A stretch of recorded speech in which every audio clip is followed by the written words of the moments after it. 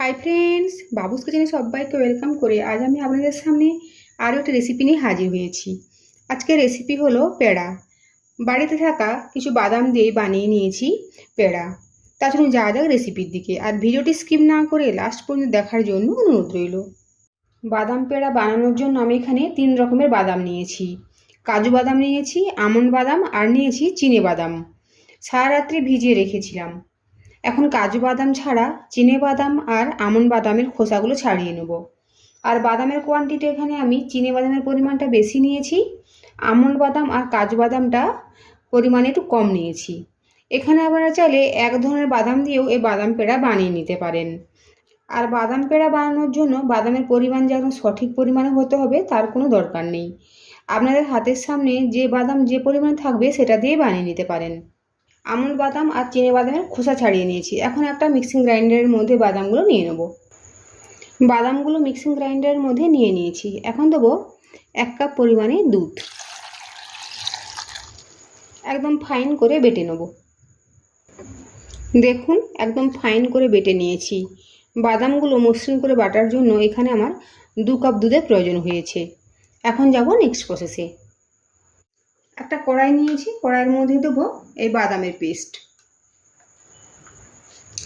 বাদামের পেস্ট কড়াইয়ের মধ্যে নিয়ে নিয়েছি। এখন দেবো দুধ।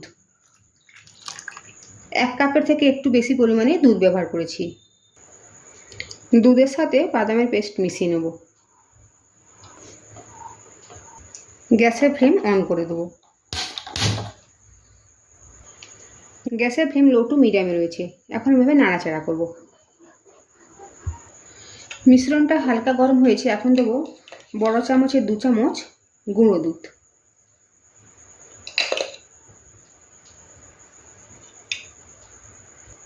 সাথে দেবো 1 কাপ পরিমাণে চিনি। এখন সমস্ত উপকরণ মিশিয়ে নেব। আর গ্যাসের ফ্লেম লো টু মিডিয়ামে রেখে এভাবে সমানে নেড়ে চেড়ে দিতে হবে, নইলে তলায় বসে যেতে পারে, যেহেতু বাদাম রয়েছে তাই। এখানে চিনি দেওয়ার বেশি প্রয়োজন নেই, কারণ যেহেতু এখানে গুঁড়ো দুধ রয়েছে, গুঁড়ো দুধ দেওয়ার ফলে এমনিতেই মিষ্টি হয়ে যায়। ভালো করে এভাবে নেড়ে চেড়ে মিশাতে থাকবো। আপনারা চাইলে এলাচের গুঁড়ো ব্যবহার করতে পারেন, তবে আমি এখানে ব্যবহার করব না। দেখুন মিশ্রণটা যত ঘন হচ্ছে আর ঠিক এভাবে ফুটে উঠছে, কিন্তু কন্টিনিউয়াস যদি নাড়াচাড়া করা হয় তাহলে কিন্তু এভাবে ফুটে উঠে চারদিকে ছিটকবে না। তাই চেষ্টা করবেন কন্টিনিউয়াসলি নাড়াচাড়া করার জন্য। তার ফলে তলাতেও যেমন জমে যাবে না বা বসে যাবে না, ঠিক তেমনই এভাবে ফুটে উঠে চারদিকে ছড়িয়ে ছিটে যাবে না। দেখুন মিশ্রণটা অনেকখানি গাঢ় হয়ে গিয়েছে। এখন দেবো 1 চামচ পরিমাণে গাওয়া ঘি।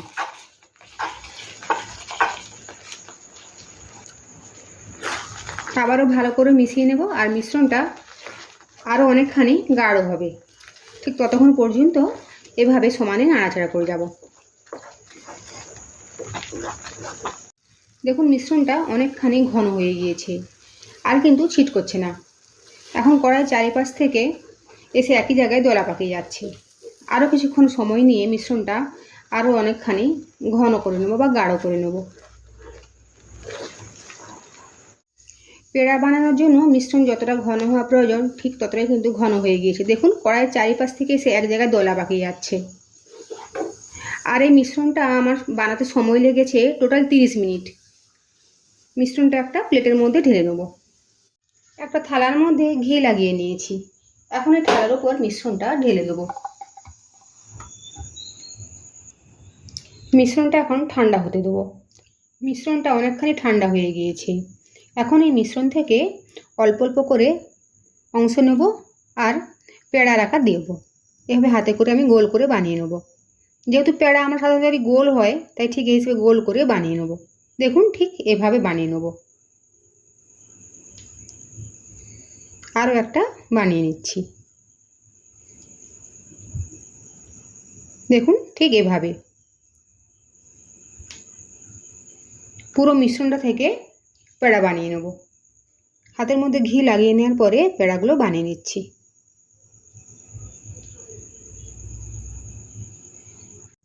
দেখুন মিশ্রণ থেকে সবকটা পেড়া বানিয়ে নিয়েছি।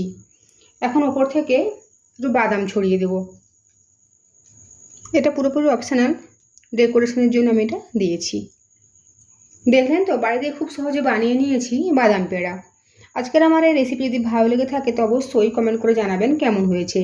সাথে লাইক শেয়ার ও সাবস্ক্রাইব করার জন্য অনুরোধ রইল, আর আমার বাবুস কিচেন ফেসবুক পেজটি ফলো করার অনুরোধ রইল।